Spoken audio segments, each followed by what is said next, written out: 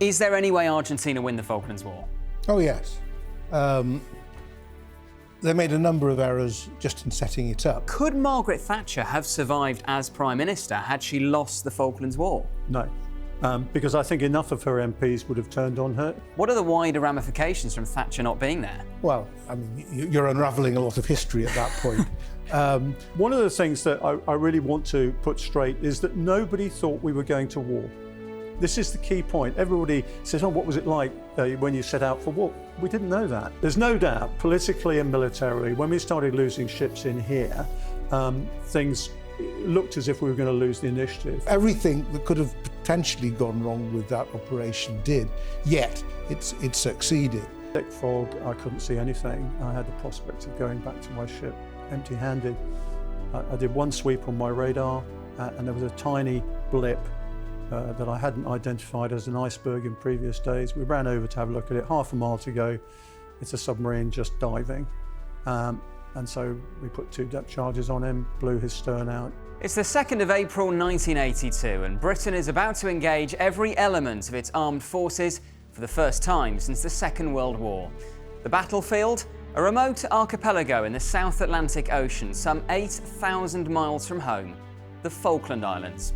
Controlled by the United Kingdom since the 19th century, neighbouring Argentina had long claimed the islands as their own, and with the nation led by a military junta suffering domestic unrest, now was the time to make their move.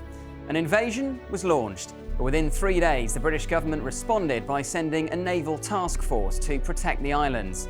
And after over 2 months of deadly fighting, a British victory was declared, one which helped define Margaret Thatcher's legacy and set her on course for a landslide election victory the following year.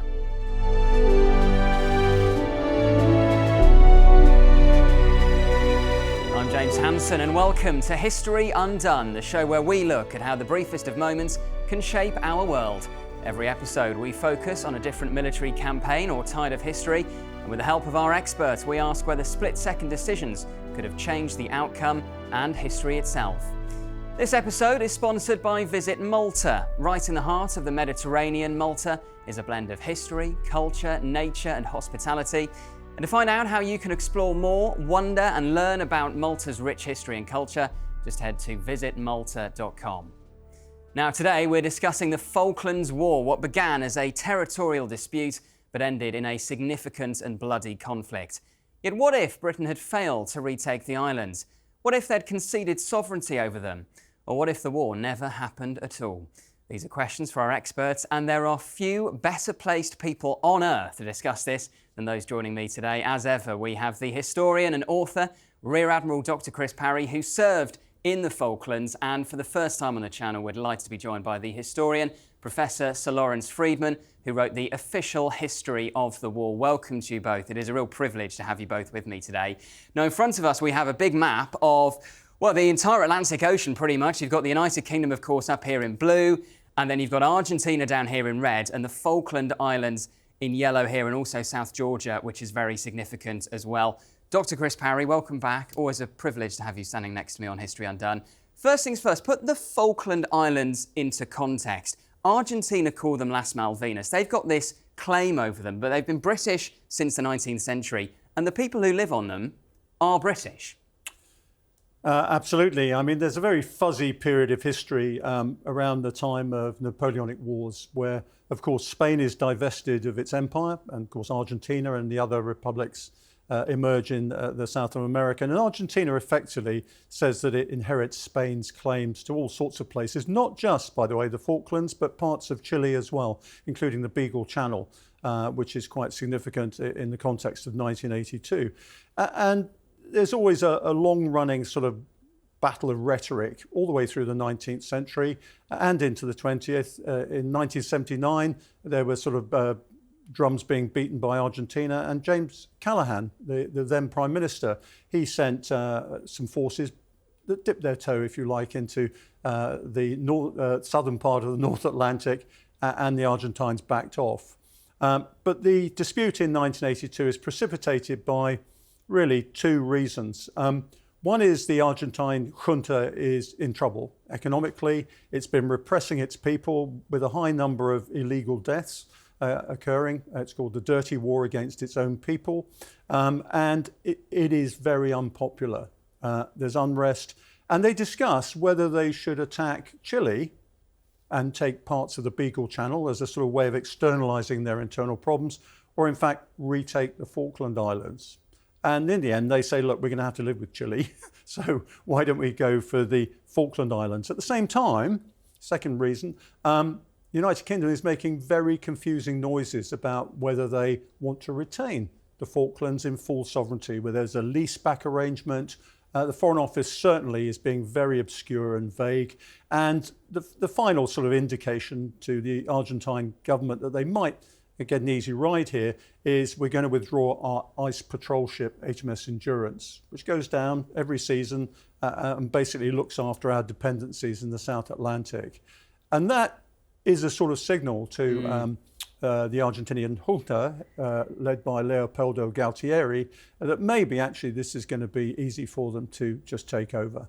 And on the guise of an exercise that takes place, a military exercise that takes place, and also an incident at South Georgia, they decide to invade on the 2nd and 3rd of April. Lawrence, welcome to History Undone, first of all. Great to have you on the channel. Are the Falkland Islands of any real strategic significance to either side?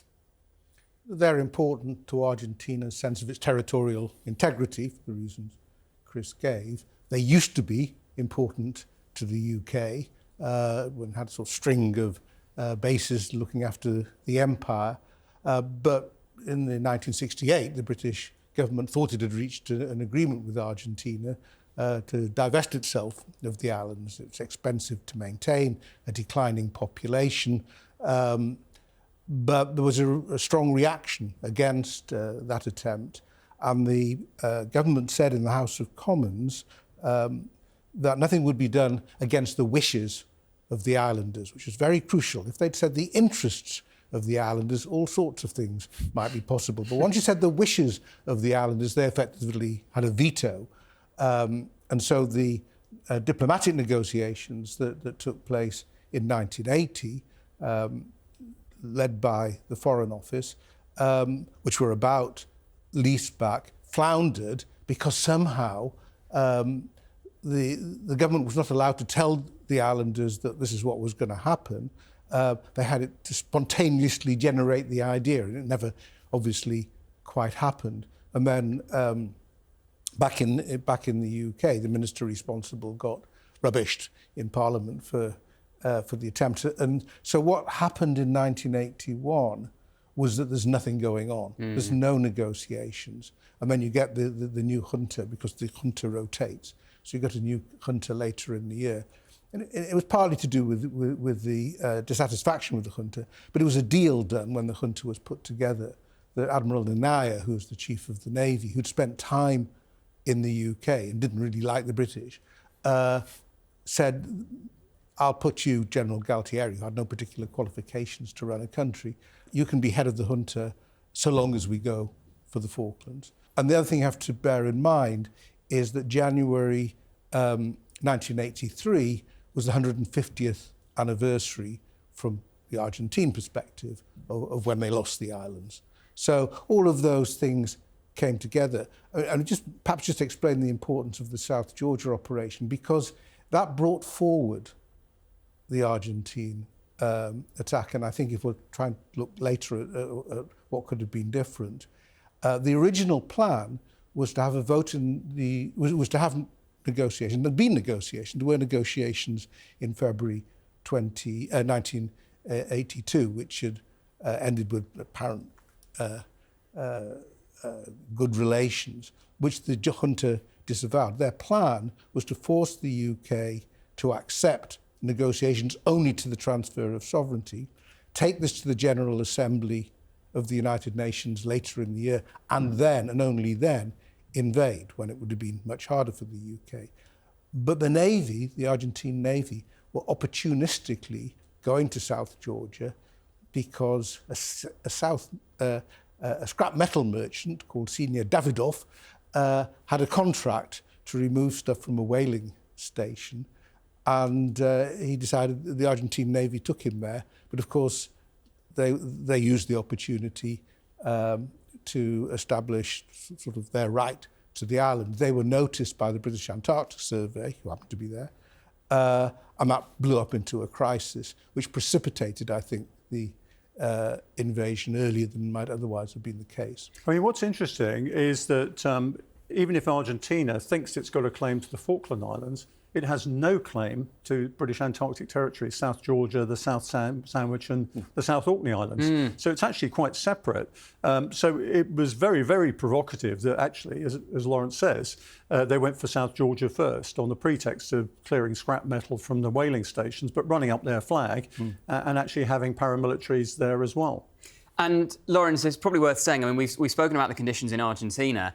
In the UK at this time, there is would it be fair to say, a general mood of malaise? You've got Thatcher's come in 79. She's, some quite harsh medicine economically to try and turn the UK economy around. It's been a painful time, and there is this sense of post-war decline almost. There is, which is obviously quite important to Thatcher's own motivations. There'd been not only sort of deep recession, there'd also been a new political party emerging, the Social Democrats, which looked to be in quite a challenging position.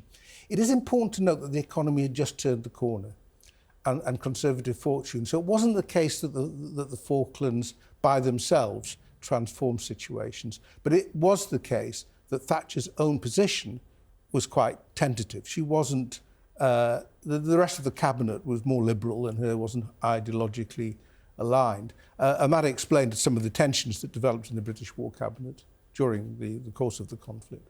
So, Chris, the 2nd of April, invasion is launched. You actually are based in Gibraltar at the time, so you are setting sail when exactly? So what's happening on the 2nd of April is that about 15 of our ships are engaged in an annual fleet exercise called Spring Train. My ship, Antrim, has Admiral Woodward on board with his staff, and we're conducting basically high seas firings of our missiles, something we do every year routinely, and the news comes in that the Argentinians have invaded the Falklands. And so what happens is a very quick assessment of which ships are able to go south and which need to go back to the UK. What's really interesting is 5 days before, 2 nuclear submarines slipped away from the exercise, one of which headed south, which rather gives the lie to the fact in the Franks report when they say the government had no idea that the Argentinians were going to invade. I think the intelligence was out there. But the nuclear submarine's already on its way. The ships that are obviously not going to make it are going back to the UK for maintenance. And my own ship went alongside HMS Ariadne, a frigate, and we topped up with every torpedo, shell, and can of sprouts that we could actually get on board. And we were walking on, in fact, crates of food for quite a long time afterwards as we went down south. And we started heading down south. Now, one of the things that I really want to put straight is that nobody thought we were going to war. This is the key point. Everybody says, oh, what was it like when you set out for war? We didn't know that. We thought it was going to be a coercive exercise to say, look, we're sending a fleet, and if you don't negotiate, at the end of that, obviously, we've got all options on the table. But I can tell you now, until we got to South Georgia and started actually engaging, nobody thought we were going to war. It's a complete myth. Now, all the while that we're sailing down towards Ascension, in the company of those ships that are going, the Sheffields, the Coventrys, and ships like that, the main task group, which is the carriers, Hermes and Invincible, with all their aircraft, the amphibious ships with the Marines, and we're taking ships up from trade as well, including the Canberra, a liner, and up to 70 other ships that we use to actually supplement our supplies, our ammunition, and our troops. We're also taking on board 2 parachute battalions, so we're front-loading with our elite troops. And there's a follow-on brigade, 5 Brigade, that's going to come down later, both to reinforce and to provide garrison duties in case it goes on longer than we think. But there's a critical time window here. If we don't get this campaign over by the end of June, beginning of July, the Antarctic winter sets in, and it's almost impossible to campaign. And another thing about the South Atlantic War, which nobody really takes into account except Lawrence, is 1 day in 3, you're in a force 6 or above. So the wear and tear on your people, your ships, your aircraft is huge. And remember, This is 8,000 miles from home. Yeah. So everything we use, we take with us. And we will come on to the first real engagements of the war shortly, because you played a pivotal role in it. Lawrence, while this is all happening and whilst the task force is making its way down to the South Atlantic, what negotiations are happening or maybe are not happening behind the scenes between the British, the Argentinians and also the Americans getting involved as well? It's important. I mean, the moment to start is the 31st of March, because that's when intelligence comes in that they're going to invade. I think that the submarines and so on was sent because it was realised there was a crisis of South Georgia. It was not realised there was a crisis of the Falklands. The key moment on the 31st of March was the First Sea Lord, Admiral Sir Henry Leach, coming in while the Prime Minister was talking with her civilian advisors, and he said, we can send a task force, which was news to them, and if you're sending it, you must send everything, as Chris has just explained. Don't send dribs and drabs, send whatever you can, because you'll need it. And only then will the force be credible. There's an interesting question of why Thatcher didn't make more of a threat with the task force. And that's because she'd promised the Americans that she wouldn't escalate. That's right.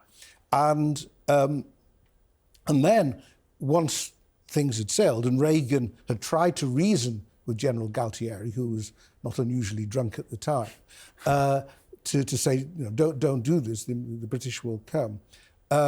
After that, she thought the Americans would just come in behind, where the aggrieved, they're the aggressors, but they didn't. Instead, they decided to negotiate and to mediate. And Secretary of State Alexander Haig embarked on shuttle diplomacy, going back and forth between the UK and Argentina to try to put forward an agreement. And people forget how close they came. There was agreement on the forces disengaging. There was agreement on administration of the Falklands, which would have been a big gain for Argentina, because an Argentine flag would have flown in Stanley by the Union flag, but nonetheless. Where there wasn't agreement was going back to the Argentine demand that any negotiations have to be about the transfer of sovereignty. And there's no way that the British could agree to that. But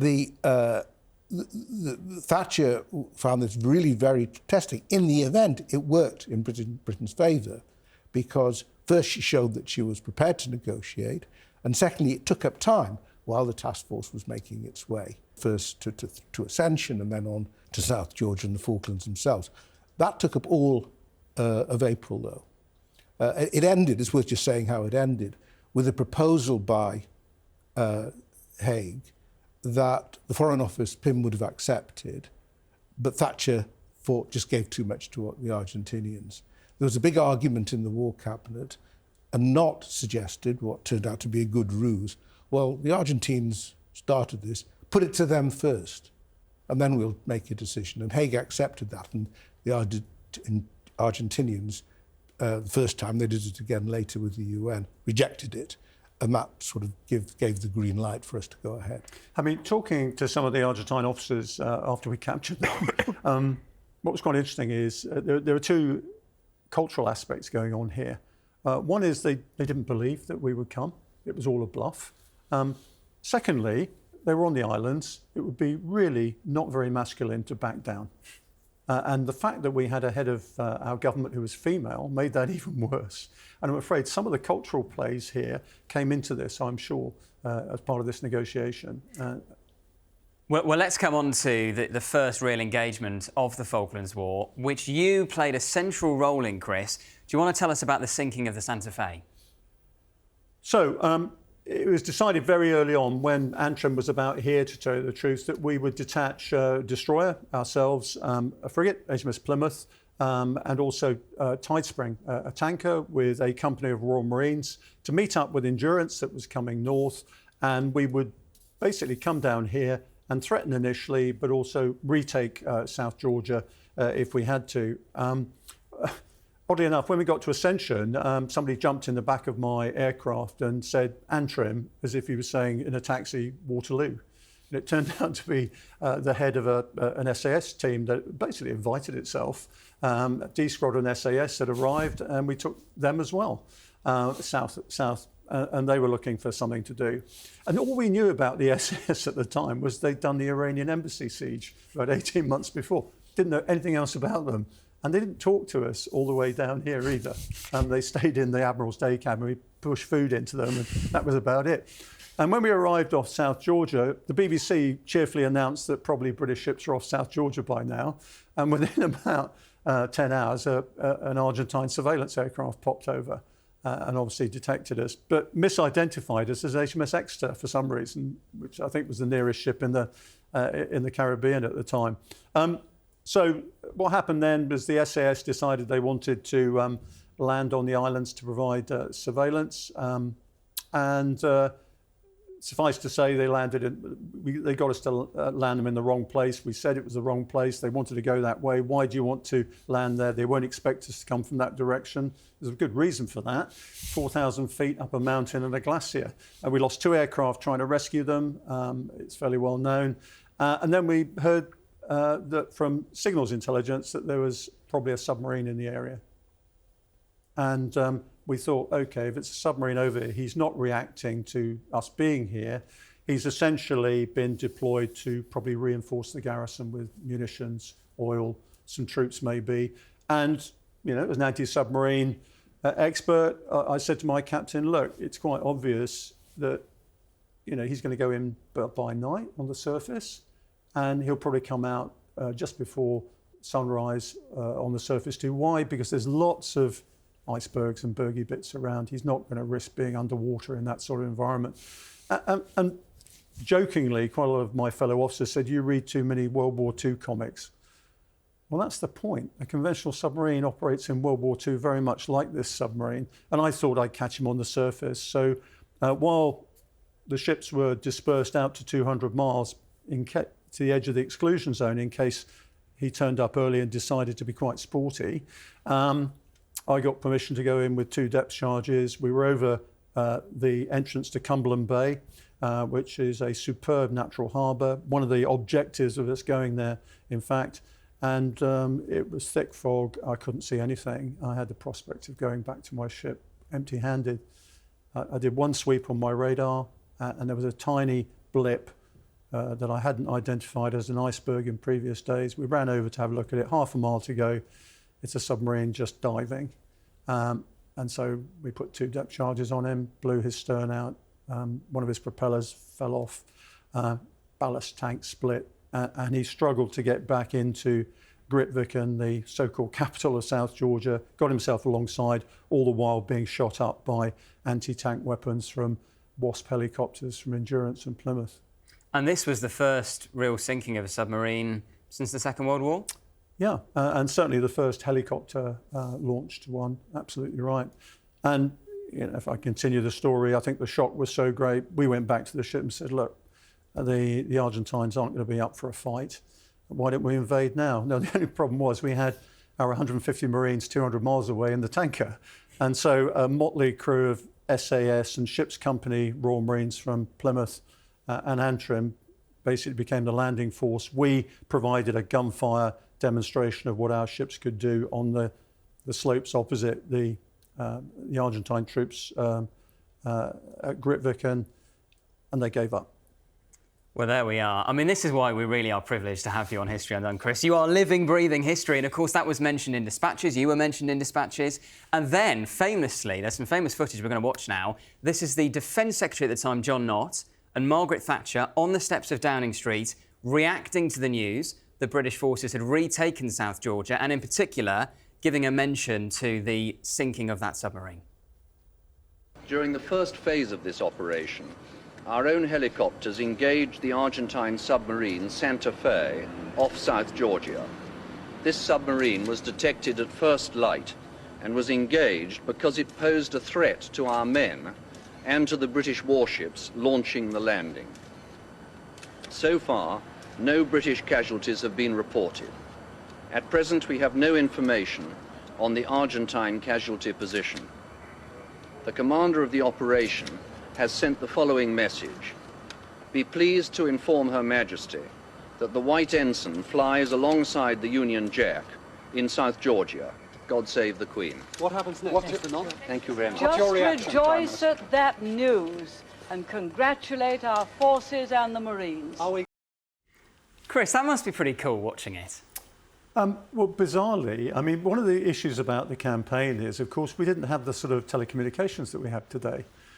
So what was quite interesting about this was we had to wait about 2 or 3 hours, and you tuned into the BBC World Service, and you had this famous tune called Lili Bolero that always started the top of the hour news. Really fantastic, a stirring tune. And you'd then hear about what you did that day. Which was quite interesting. If you're a historian, I mean, obviously being part of it is great. But the real issue is that if you look at the report that was put together for the Prime Minister, it is totally at variance with the facts about what happened to South Georgia. And it's a real warning to historians not to actually trust everything you read in the official account, except Laurie's. No, but it's an important point about lots of the reporting, including on the Belgrano, if we get to that. Yeah, of course. That it's put together with what they know, and it's often enough to make a statement on the basis of what you know. But it's a long time before you get the true story. It's also worth noting that part of the rejoice was Thatcher's sheer relief, because the first time she'd had to confront the possibility of serious casualties, because if the Helicopter crashes. If the Marines, the SAS hadn't been got off their glacier, they would have been dead. Yeah. And so that was the first time that she'd had to come to terms with the fact that she might be ordering people to their deaths. Yeah.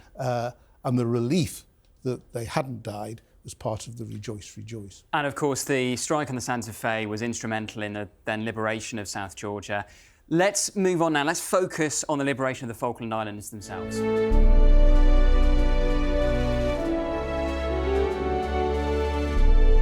OK, we've got a new map in front of us now of the Falkland Islands themselves. And as you can see, there are two main islands, West Falkland and East Falkland. And the capital, Port Stanley, is on the east of the East Island. Lawrence, I want to pick up the story. So we've had the liberation of South Georgia. What happens next? Well, all the time, the main task force is moving here, the amphibious forces coming in quite a bit behind. Earlier, I mean, an exclusion zone, first described just as a maritime exclusion zone, and this causes some confusion. Basically, it was a way of saying to the Argentinians, if you move ships into this zone to reinforce the islands, they're fair game. Didn't mean to say that everything outside this exclusion zone could also not be hit. Then, if it was affecting the task force, it was still a fair game. That was turned into a total exclusion zone, which meant that the aircraft too could be knocked down. Admiral Woodward's approach was to try to draw the Argentinians out, the Air Force and their Navy, and he did that by trying to simulate an attack, so that they thought this was the main thing was happening. So a number of things were going on at the same time. There was this famous so-called Black Buck raid, which got the RAF in the business, which involved an enormous number of aircraft to drop bombs on Stanley Airport, a runway essentially, which it did. It did have a strategic benefit because it meant that Argentina worried about bases on the mainland. It didn't do a vast amount to Stanley. He also dropped special forces so that they could start doing reconnaissance. And you had some of the first engagements of Harriers and ships all on the 1st of May. So that was going on, and it was successful. Part of the success is the Argentine fleet moved out in 3 different task forces. One of them, which the British had got permission from, the forces had got permission from the War Cabinet to change the rules of engagement to strike, was the Argentine Carrier Group. There was up there, and there was another group that was led by the cruiser Belgrano, and there was a third one, which was down there. The British were desperate to find the carrier. It was really important because It had on aircraft that could do real damage, and they were very worried about it. They were also saw sort of pincer movement developing with these two task forces. But while they couldn't find the carrier, they could find the cruiser. They did find the Belgrano, but they didn't have permission to attack it. Woodward ordered HMS Conqueror, the submarine that was tailing the Belgrano, to attack. This was picked up in London, countermanded immediately, but the Chief of Defence Staff, John Fieldhouse, who was in charge of the Operation Sea and Sea Fleet, took it to the War Cabinet very quickly. There was no big debate about this. They changed the rules of engagement, got back to the Conqueror, but Conqueror's antennae weren't working. So hours passed before they actually picked up the message, by which time they'd sent back the cruiser, instead of going towards the task force, was sort of holding its position, but they attacked nonetheless. And it took place a long time afterwards, which led to all sorts of conspiracy theories later on. But the basic point was, one way or the other, we were now getting into the business of taking out the Argentine fleet where we could. The carrier only didn't launch its Skyhawks, its aircraft, because the wind was against them. The load they could take against the headwind was just not enough to and make the range it as well. It was a combination of range and range. Yeah. They just couldn't get there. So they went back. Everybody, they were all turning back. And they realised they'd been spotted by the British by an aircraft, not by a submarine. So the main consequence of this is that first there's an almighty political row, because a lot of people died on the Belgrano, but the Argentine fleet goes back to port and doesn't really come out again. The Argentine Air Force also goes back to bases, but that's able to come out again later. So they're not out of the picture, but the Argentine Navy largely is. And of course, its own fleet air arm is still in the game. So you've got the Exocet carrying Super 8 darts and their own specialist A4 Skyhawks, which critically have electrically fused bombs, not basically gravity fused ones. Yeah, and Chris, just to get your take on the Belgrano, I mean, obviously it was very controversial at the time, still is in many respects. I think 323 Argentinians died in the sinking. But I mean, you would say it is 100% militarily justified, and strategically, it had a major effect on the war. Yeah, I don't think the strategic intent was there. That's a byproduct that we happily got from. But in terms of the Belgrano being here, we've got to remember this is a Second World War cruiser with 15 9-inch gun barrels. It's armoured, so if you're one of our ships down here, you fire Exocets against it at 22 miles, they don't do very much damage at all. And within probably 5 minutes, you've got 15 shells whistling around your ears. So it's a considerable threat, to tell you the truth, and we were worried about it at the time. We were all hoping the carrier would get sunk. It had a go, as Laurie says, on the first to launch its aircraft. We thought that if the carrier was sunk, it would be game over anyway. The Argentinians go, OK, we understand now what war's about. We've lost our carrier and we've got to negotiate. So we thought that would be game-changing. In fact, the second option, the Belgrano, became that. And frankly, if you're going up against a country that has never really fought a major war against a major opponent, the mentality is obviously going to run that way. I think there's another issue, which I've discussed with Laurie before, is that Anaya is now starting to think, what is my position after the war if we lose it? If I don't have a power base called a navy, I'm going to be in a really bad place. So what I'm trying to do is shift the blame now to the army. Yeah, I mean, in Argentine discussions, they're blaming American satellite intelligence, which was totally irrelevant. There wasn't any satellite intelligence. Yeah. So they're paranoid about it. Incidentally, of course, it's important to note that they too think if they can sink one of our carriers, it's game over for us. The Exocets, which Chris mentioned, which they had about 6, were their key item. And a few days after the Belgrano was sunk, HMS Sheffield was sunk, out here, which was the first serious British loss of life and a shock. Interestingly, the Argentinians didn't know that they'd hit it because their Super 8 dart had flown, launched and turned round.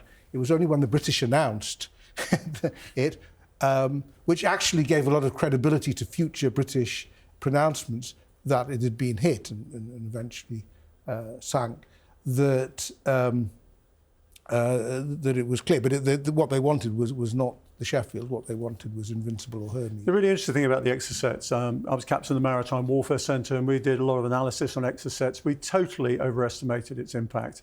Every ship which fired its decoys wasn't hit by Exocet.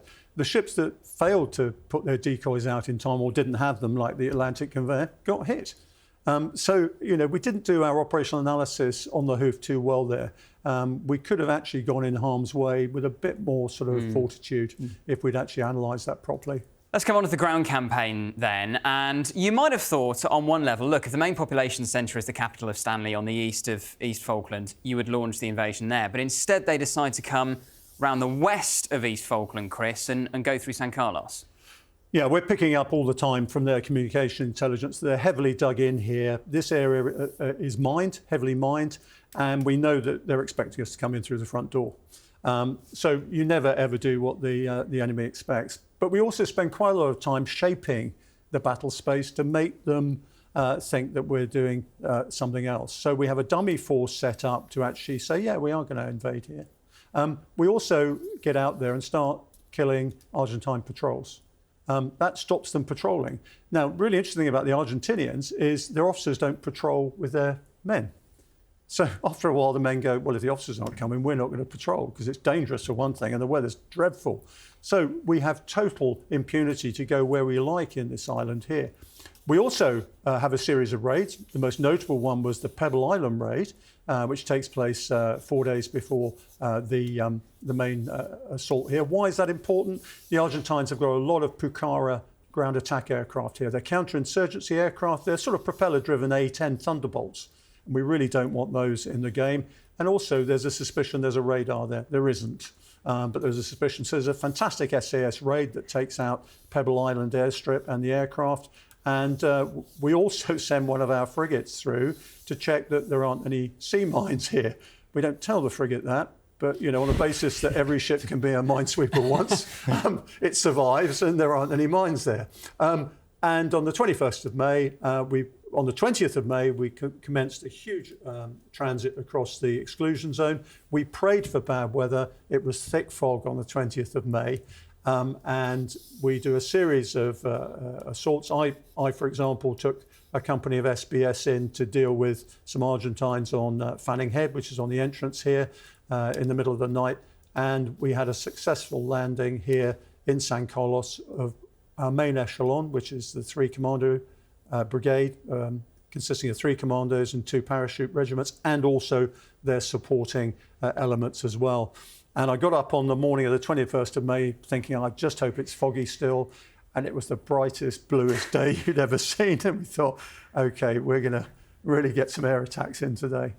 And then once the ground campaign starts properly, Lawrence, I suppose there are notable key engagements, but one of them is here at Goose Green. I think we first got to mention that, as Chris has set it up, that though this was a good idea to come here rather than there to stay away from the Argentine Army, you're much closer for the Argentine Air Force and their fleet air arm. And the other thing is, we're not geared in our ships to fight basically the battle close inshore.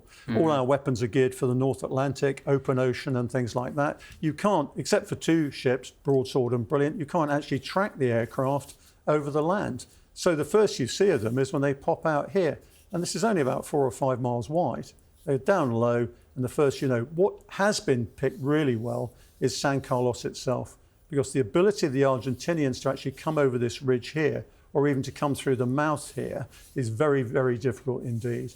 And all the anchorages have been precisely worked out according to the way in which aircraft can fly down San Carlos. But I mean, what they did first, we lost ships, a number of ships.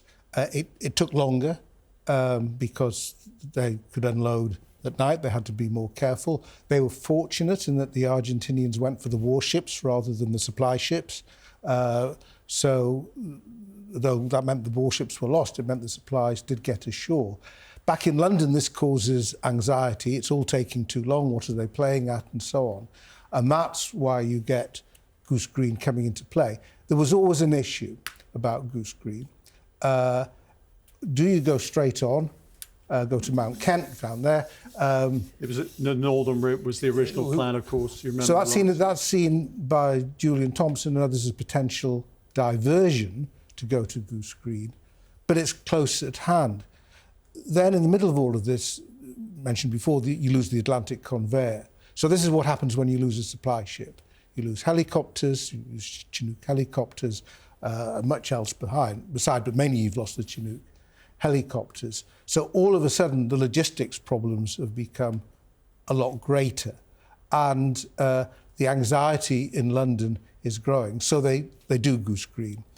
Now, there's a lot of dispute about Goose Green.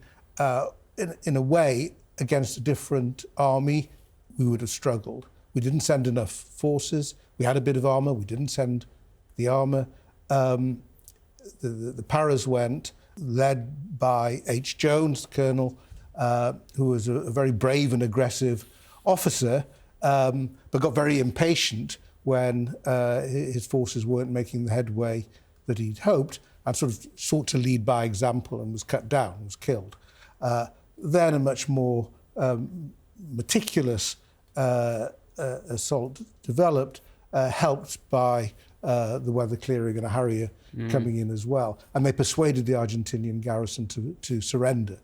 Nearly 1,300 of them. There were more of bigger them. Than we thought. It was much bigger, which is again another problem with some of the reconnaissance that had been done. Meanwhile, the World Service had announced this before it had happened as a victory. So everything that could have potentially gone wrong with that operation did, yet it succeeded. And I think after that, the morale high ground, if you like, had been reached, because there was confidence that when it came to a confrontation, the British forces would come out strongest. However, you've got to be careful in some of the characterizations of this, is that it's often put as sort of, hardened British soldiers against young Argentinian conscripts. A lot of those killed at Goose Green in the Paris were very young, they were teenagers. They weren't hardened. This was the first battle they'd ever fought. So it was about discipline and training as much as anything to do with being hardened veterans. And you've walked the ground, Laurie, I'm sure. It's tough. If you're stuck under Darwin Hill there with people rolling grenades down and machine gunning you, it's really difficult. It wasn't supposed to happen during the day. It was supposed to be over it by night. There's no high ground there. I mean, that's what the thing that strikes you when you look at Goose Green is there's not many places to hide. I mean, there is also a cultural thing here. If you look at the various campaigns in the mountains and at Goose Green, there is a tendency for the Paras to go through kicking in the front door, whereas the Marines tend to sort of make a diversion and then go in through the window. You look at the various battles. They fought their second battle more cautiously. They did, on Wireless Ridge. Chris, do you want to just pick up the story from Goose Green through to, the Argentinian surrender and the liberation of Stanley? Yeah, absolutely. So we basically get a grip on San Carlos. It's quite reasonably safe given the balance of the weather and the weapons that we've got in there. And we know during the day that as long as people don't stray too far outside San Carlos, then the ships are reasonably safe.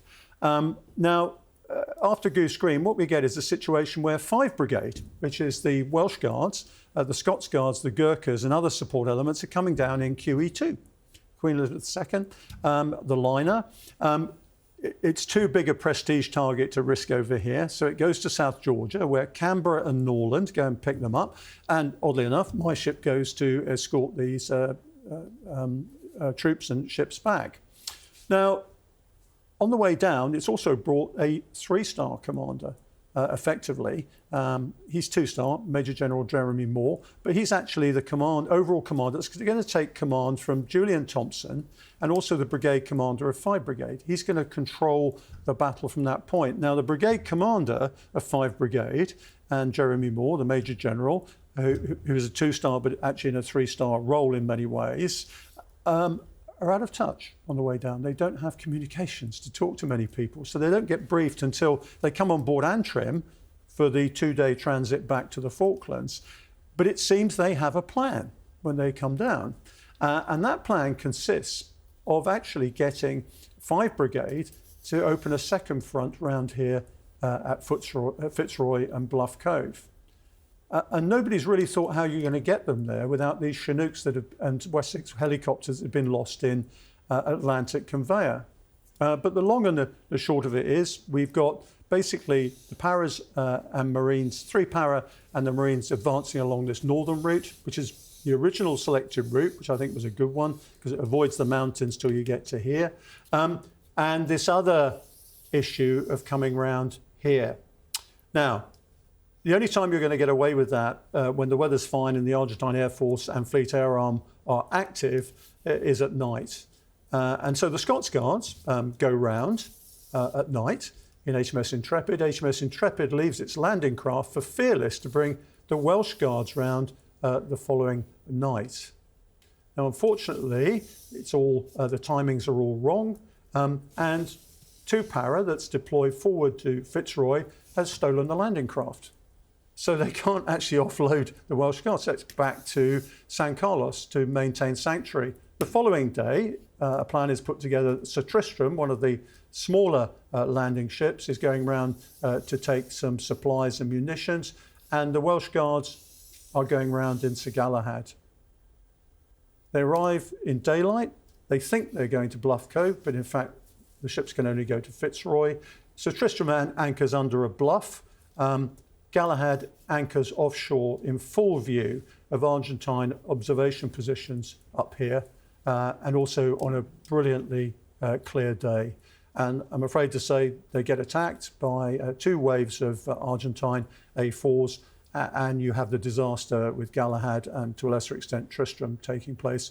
56 Welsh Guards killed, lots of injured, and quite a big setback. Having said that, it's a great idea.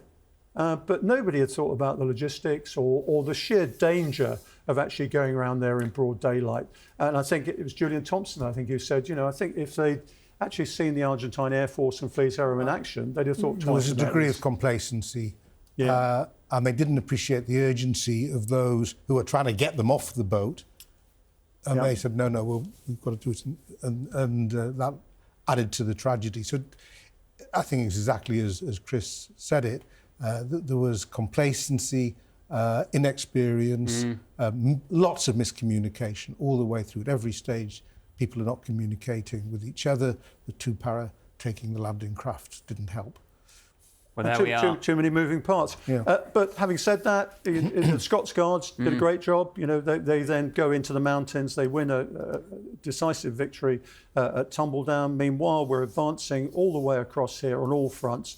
The mountains to the west of Stanley are assaulted by the Marines, the Paras, and the Welsh and Scots Guards. The Gurkhas have been left behind to sweep up quite a lot of the existing Argentinians. And by the 14th of June, the weight of artillery coming both from the sea and from the land, and also the prospect of losing all these mountains here, the Argentines decide that it's probably time to give up. Well, there we go. That is the real history of what happened during the Falklands War. Now, let's undo all of that. This is History Undone.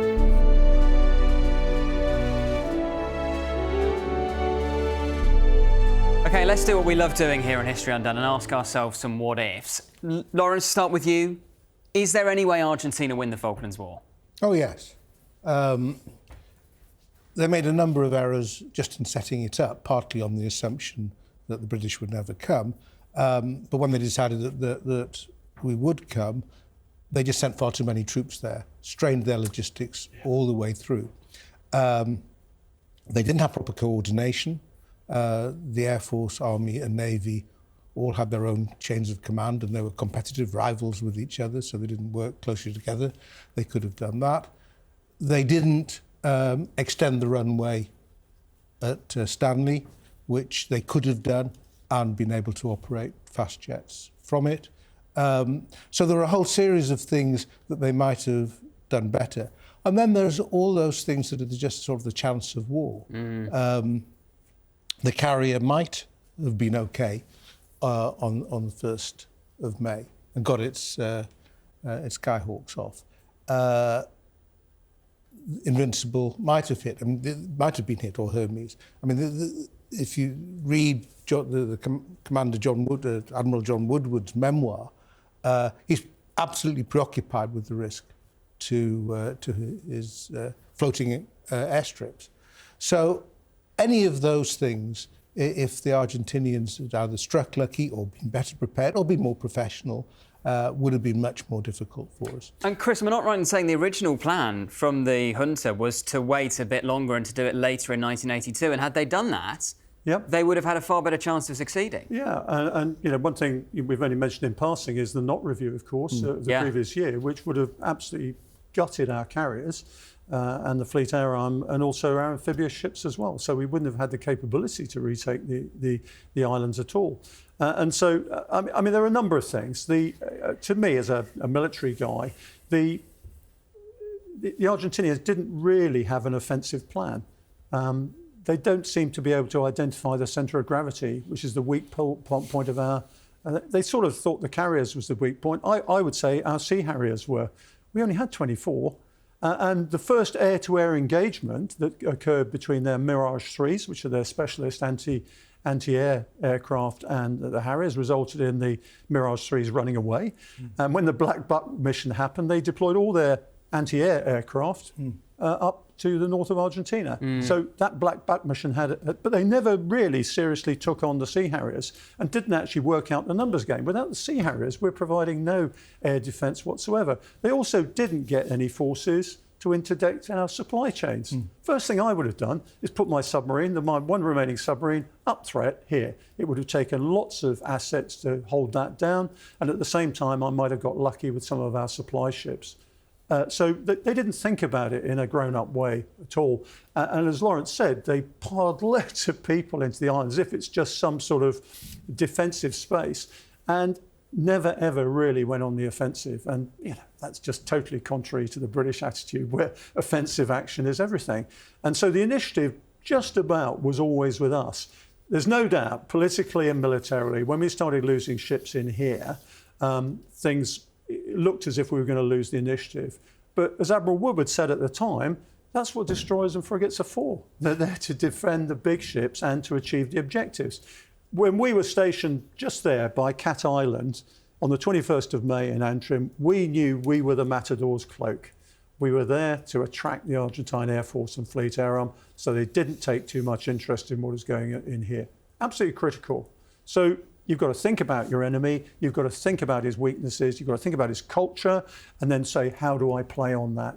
And frankly, the other issue is they actually lost a lot of aircraft. You know, I spoke to an Argentine pilot who'd been shot down, I speak Spanish, and he said, look, I've been going back to my airfield and other people aren't. What they've started doing now is sending us to different airfields so we can't see how many we're losing. So, yeah, there's a lot in this that relates to how you fight, how you think you want to fight, and actually what your objectives are. If your only objective is, I just want to hang on to the islands, then you're always going to be vulnerable to an offensive capability that will actually come and find your weaknesses. And Lawrence, as you were saying earlier, you know, throughout the early stages of the war, there were these diplomatic conversations happening all the time to try and reach a diplomatic solution. So I suppose the war could have ended that way as opposed to with a British military victory. And I just wonder, is there a scenario in which the Reagan administration take a different approach? I mean, they do eventually come in behind the British, but there are figures in the Reagan administration, people like Jeane Kirkpatrick, who was Reagan's ambassador to the UN, who were frankly taking a quite pro-Argentinian stance because they saw them as an important Cold War ally. The British concern, the government's concern, was that a ceasefire would be imposed.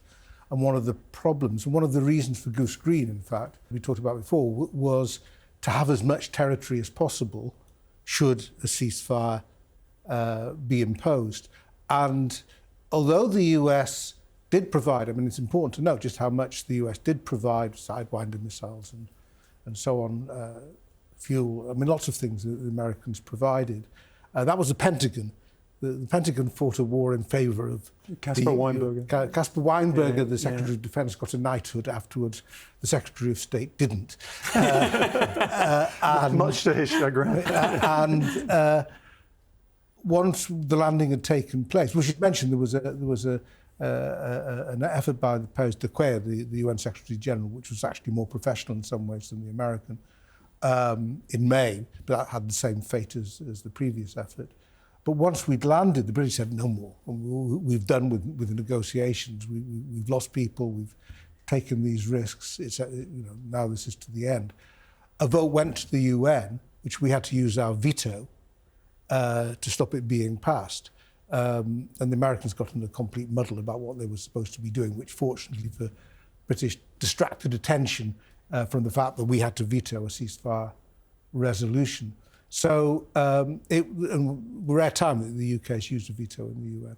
So that was, I think, the main concern. Once that was over, I think it was recognised that it was actually better diplomatically for this war to have a clean ending.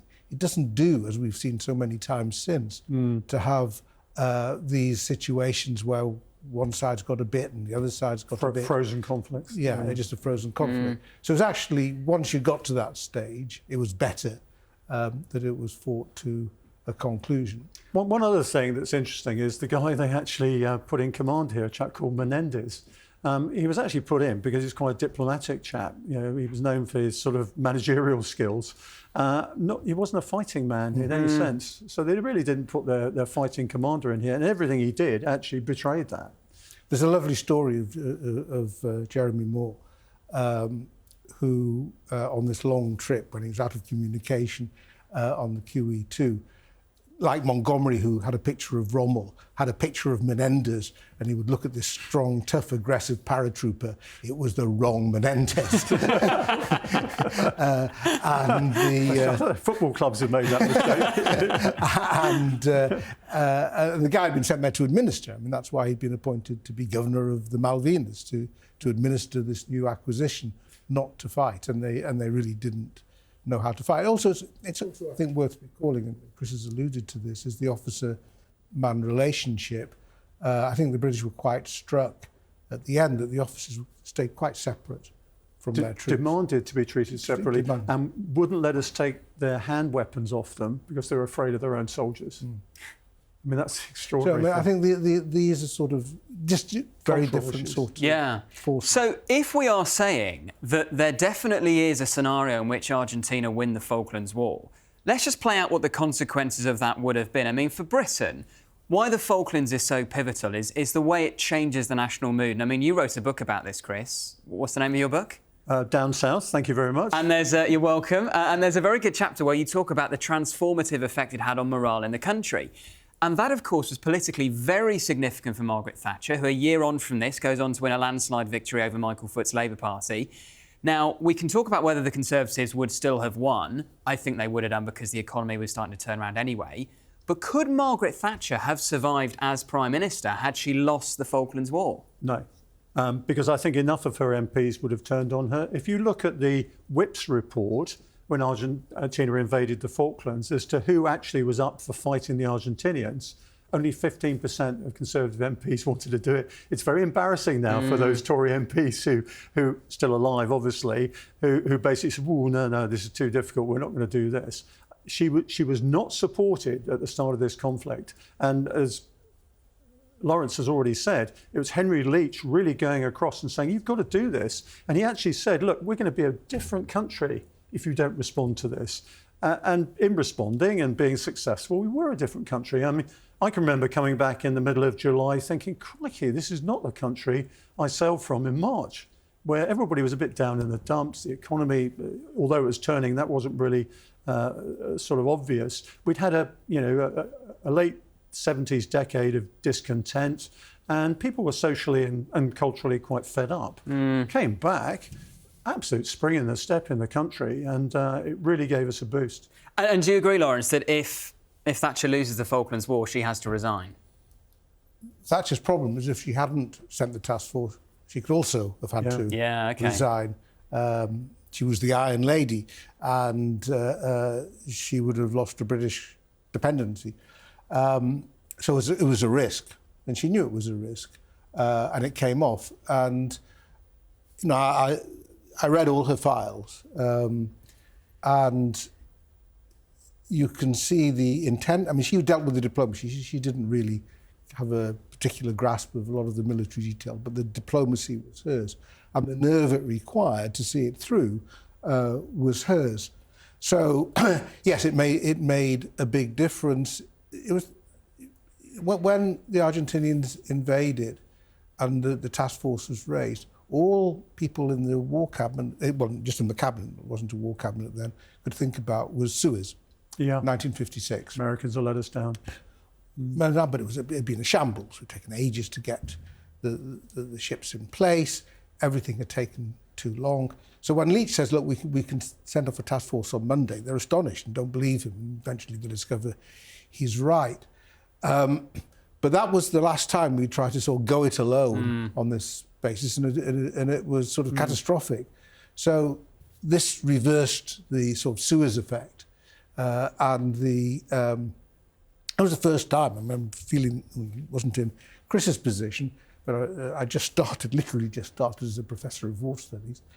And this was, the first time we'd been successful in doing anything like this for a long time, essentially since the Second World War. And so if Thatcher does have to go because the Falklands, either she doesn't send the task force or she loses the war, what is the impact on the rest of the 1980s, particularly the end of the Cold War? Because she plays a pivotal role. I mean, she's very important in convincing Reagan that Gorbachev is a man we can do business with. So what are the wider ramifications from Thatcher not being there? Well, I mean, you're unravelling a lot of history at that point. I mean, the immediate effect would have probably been the Social Democrat government from 1983. I mean, that's the point. It's probably general election. Yeah. That's the issue. It wouldn't have been a Labour government. It would have been, I think the Social Democrats would have probably, instead of going into obscurity, would have been in a much stronger position. It's hard to know. I mean, Thatcher own prestige was enhanced. Her position in the Conservative Party, which was weak beforehand, was enhanced. And over the course of the decade, she gets to believe more and more in her own invincibility and rightness. And that also becomes a problem. Yeah. So she becomes a different sort of prime minister from one who very careful all the way through the Falklands to make sure there's proper consultations. She does things by the book. Very different from Iraq in many ways. She does things absolutely by the book. But by the end of the 80s, she's a different sort of prime minister. But her last big moment is when Iraq invades Kuwait, where she's going back with exactly the same line she was using in 82 about not wobbling and staying the course. She stiffens George Bush's resolve, there's no question about that. And maybe in a way that fundamentally shifts British thinking about military engagements, because, you mentioned the humiliation of Suez. We hadn't been involved in Vietnam. But after the Falklands, we are there in the First Gulf War, we are there in the Second Gulf War. We suddenly see ourselves as a military actor again. Worth mentioning as well the impact on Argentina. Presumably, if they win the Falklands War, the junta survives. Yeah, absolutely. And I think the defeat in the Falklands directly leads to the overthrow of the junta and the arrival of democracy in Argentina, which is a big plus. I think another issue, James, is the effect it has on the Russians, oddly enough, who are looking at this conflict. Indeed, we detected a Russian nuclear submarine just south of Ascension on the way down. Lucky not to be sunk, actually, and because we expected an Argentine submarine to be up there. That's what we do. They suddenly think, crikey, the Brits are serious. that maybe means that NATO are serious. And so I'd like to think there's a trickle of sort of doubt in their minds about being able to fight the decadent West. There's an issue that actually we are prepared to put our lives and our resources on the line. I mean, just two final issues maybe. One, it was good for the Falklands. Yeah. Yes. I mean, they were in absolute decline. Yeah. If Argentina just left them alone, they wouldn't have survived because the Treasury would never have allowed the resources to go into it. Now it was a symbol of sort of Britain fighting back. It got a proper defence. And its economy began to boom, became more self-sufficient. So it was good for the Falklands. Arguably, it was good for Argentina because they got a democracy, certainly good for Thatcher. The other thing, which is a sort of more cultural thing on our side, but I sort of felt it, again, sort of a generational thing. A lot of the journalists who went with the task force, lots of journalists were sent, were not, by and large, military correspondents. There were people who'd come through the 60s and 70s, pretty sceptical of the military and so on, yet sort of formed a bond because you're travelling all this way and sometimes you're under fire. And I think that came through in a different attitude towards the military. They saw the professionalism of the armed forces and the risks they had to take, and people they knew got killed. So I think that again shaped the attitudes towards the armed forces in the UK. I mean, it's interesting. We were able to control the information environment here because everything that came back from the South Atlantic had to go through naval communications. There was no other way they could get their copy back. So we were able to basically look at that and say, well, I don't think that's very useful at the moment, to tell you the truth. Well, listen, gentlemen, we could talk about this for hours. I'm afraid that is all we've got time for. Honestly, I couldn't think of two better people to discuss the Falklands with. I think we can say that, yes, Argentina could have won the Falklands War.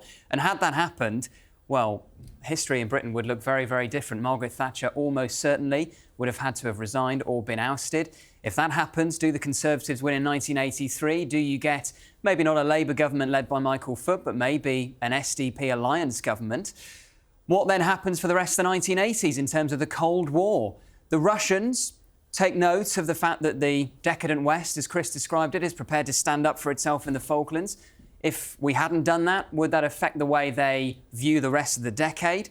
Also, what is the impact on Britain's sense of itself in the world, the transformative effect it had on the UK's morale? Do we get involved in future military engagements in the Middle East? Some really big, fundamental questions, all stemming from this engagement over 2 months in 1982. I'm afraid that's all we've got time for today. My thanks to Rear Admiral Dr Chris Parry and Professor Sir Lawrence Freedman for joining me.